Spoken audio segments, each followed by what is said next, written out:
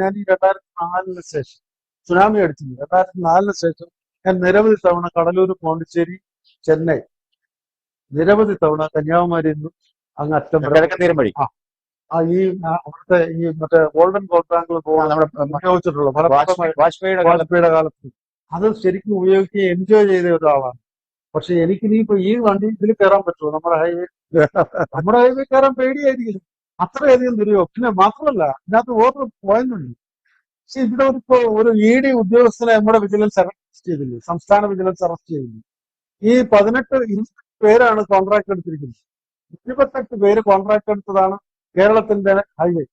എന്നിട്ട് ആർക്കുമെതിരെ ഒരാൾക്കെതിരെ ഒരു ഒരു വിധത്തിലുള്ള അന്വേഷണമോ ഒരു കോൺട്രാക്ട് ഈ മേനി നടിച്ചവരൊക്കെ ഇത് മുഴുവൻ ഞങ്ങളുടെ നേട്ടമാണെന്നുള്ള രീതിയിൽ കേരള മുഖ്യമന്ത്രിയും പൊതുമരാമത്ത്